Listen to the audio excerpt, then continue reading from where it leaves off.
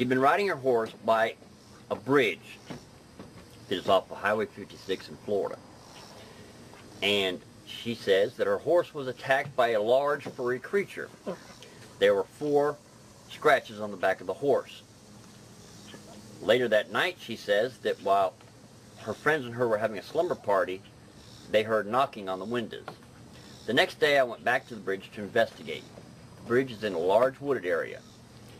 I went off to the side of the bridge and back down towards the Long River about a quarter mile, half mile, and began playing in the water, looking around, when all of a sudden I saw this large furry creature about 7.5 feet tall. I saw the creature saw me, and then I ran like hell.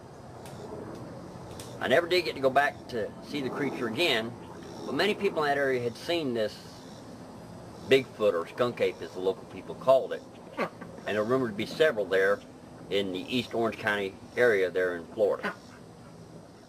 There's rumored to be a family of Bigfoots between Gainesboro in Jackson County, Tennessee, and Livingston in Overton County, Tennessee, in the area known as... While I haven't personally seen a Bigfoot in this area, many people have. And there's actually an official Bigfoot headquarters as the local community becomes more and more fascinated with Bigfoot and the skunk apes. In this case, in the Overton County, Jackson County area, the Bigfoot seems to be friendly to the local population, unlike other areas where the Bigfoot may not be so friendly. The Bigfoot seems to be a creature that hunts at night. He seems to be a carnivorous meat eater. He seems to try to stay away from humans, but will on occasion venture into the human habitat in search of food. In many cases, he seems to be aggressive, but this may be because man is getting too close to his habitat and his family, and he's just defending his home turf. In a lot of cases, Bigfoot seems to be a mild type of creature.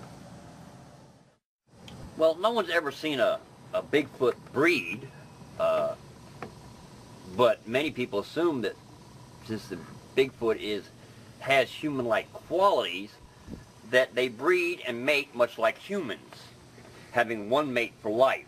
Seeing as the Bigfoot is basically considered to be of the ape species, and much like man, I think it is possible, and maybe even probable, that Bigfoot could mate with a human being and create an offspring that is actually a person or a creature that is part man and part Bigfoot or skunk ape, which would actually cause man to evolve back to what many people feel man was, which is the ape. There have been stories of people befriending the Bigfoot and Bigfoot families and trying to clothe them, humanize them, and there's even a story, as far-fetched as it may sound, of a woman that swears to come from a human Bigfoot type relationship. I'm not going to say it's impossible to find a Bigfoot, befriend it, and humanize it. I just wonder that if the Bigfoot, where it is in its evolutionary state, whether it's ready to be humanized like the humans of today, or whether its predatory animal instincts would be the more dominant determination of its behavior. Well, I'd say a half Bigfoot would walk erect like a man, but would have the large forehead, much like an ape, and have the arms and legs more of an ape than a man, which would give it the ability to travel at high speeds and climb trees and hunt wild game. A lot of people say they haven't seen a Bigfoot, or no one's seen a Bigfoot, or no one's captured a Bigfoot, but I think it's one of those cases where we don't want to see it, so we don't see it.